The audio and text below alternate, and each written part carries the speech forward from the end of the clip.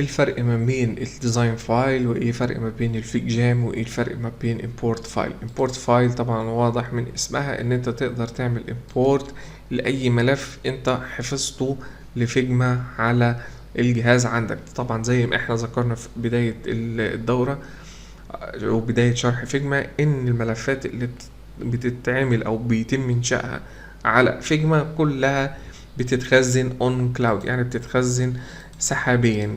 يعني ايه؟ يعني ان انت مش محتاج تحفظها على الكمبيوتر عندك خالص. طيب امتى ان انا احفظ الملفات على الكمبيوتر عندي؟ احفظ الملفات على الكمبيوتر عندي في حالة ان انا النسخة دي لملف مهم او نسخة عمل مهم او ديزاين سيستم او ملف كبير محتاج ان انا احفظه عندي على الجهاز، او ما تمش العمل بيه قبل كده اونلاين خالص، ما عنديش رابط ليه. ففي الحالة دي ان انا لازم اعمل له export او save on file او on device، بعد كده ارجع اعمل له import file. بكل بساطة بتدور على الملفات اللي خاصة بفيجما فقط. انا مش عارف انا عندي هنا ولا لأ، فلو دورت هنا مثلا ممكن نلاقي دي ملفات اكس دي. طبعا يقدر ان هو يعمل لها import برضو، مفيش اي مشكلة، بس بيبقى فيها مشاكل كتير جدا وبياخد وقت كبير جدا على ما يفهم ان ده مش ملف فيجما. تمام، سيبك من ملف import دي او فكرة import، ما فيهاش اي مشكلة، يعني ممكن تجربوها لوحدكم. ولو في اي مشكلة طبعا ممكن تتواصلوا معايا عن طريق الارقام والجروب اللي احنا سايبينه في الوصف. تمام. طيب فيج جام وفيجما. طيب ايه الفرق ما بين الاتنين؟ فيج جام سريعا كده المكان اللي انت تقدر تعمل فيه سكتشنج واير فريمينج، تقدر تعمل فيه لو فيداليتي، تعمل فيه هاي فيداليتي، المكان اللي انت بتشخبط فيه بكل بساطة، المكان اللي انت بتشخبط فيه قبل ما تبني اي تصميم، كأنك عندك نوت باد كده بتقعد تشخبط فيها وترسم فيها بسهولة. تمام. ديزاين فايل ده المكان اللي انت بتعمل بقى فيه الديزاين الرسمي. اوكي. طيب خلينا نشوف فيج جام كده سريعا. الواجهة من فوق طبعا بكل بساطة، خلينا نقفل دي كده.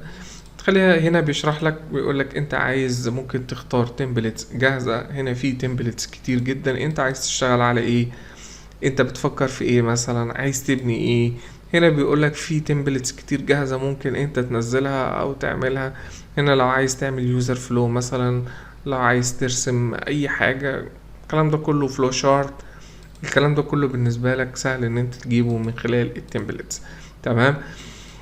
من خلال الفوتس برضو طبعا انت هنا مش هيدي لك خاصية ان انت تنشئ فوت الا لما يبقى عندك بروفيشنال اكاونت. تمام.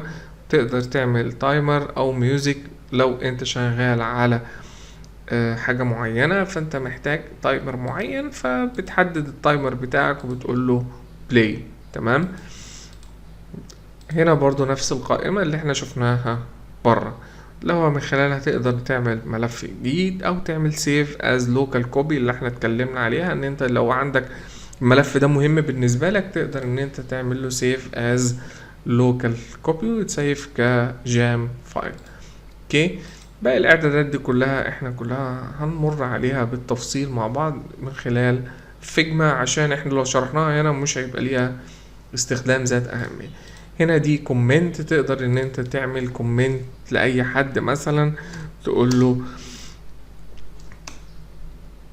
كومنت هنا، يقدر زميلك يشوف الكومنت بتاعك ويفتح ويقدر يرد عليك من خلال، وبتقدر ان انت تعمل done او resolve للكومنت بتاعه. تمام.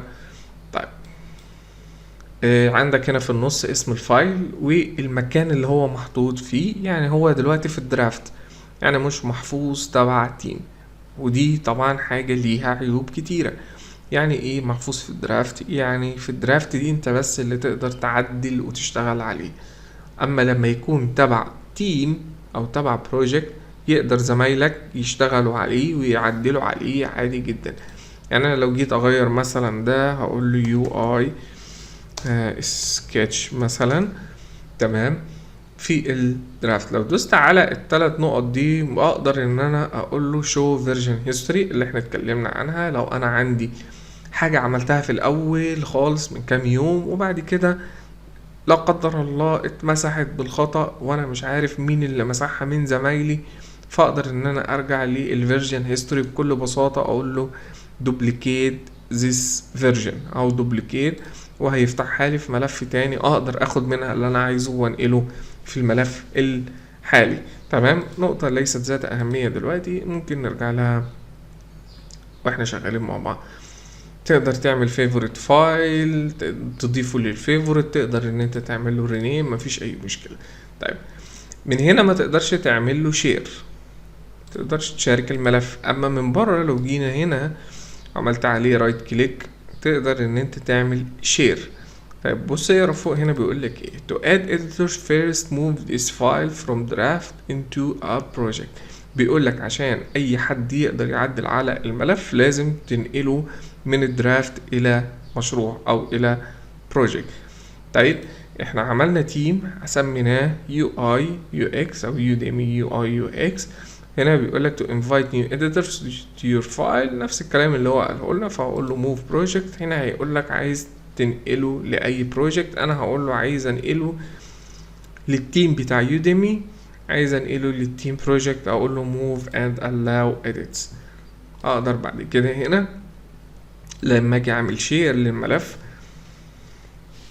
لو انا حافظ الايميل بتاع الشخص اقدر ان انا اكتب الايميل بتاعه هنا واحدد هل هو يقدر يعمل edit ولا يعمل view بس. تمام. واقدر ان انا هنا اعمل كوبي لينك وابعته لزمايلي في التيم، واقدر ان انا احدد من هنا anyone with the link can edit او can view. تمام. اي حد معاه اللينك هل يقدر يشوف بس ولا يقدر يعدل كمان. تمام. دي حاجة من الحاجات المهمة في الشير. خلينا نرجع هنا. بص هنا كان الدرافت اتغيرت لتيم بروجكت عشان احنا نقلنا للتيم بروجكت. تمام. هنا تقدر تتكلم مع زمايلك في التيم بس لازم بروفيشنال. تقدر ان انت تعمل شير برضو من هنا، تقدر تصغر تكبر. طبعا الكلام ده احنا لو دوسنا كنترول وبالسكرول بتاع الماوس نقدر نصغر ونكبر بكل بساطة. تمام. عشان ما نطولش وقت الفيديو خلينا نشرح دي في فيديو تاني.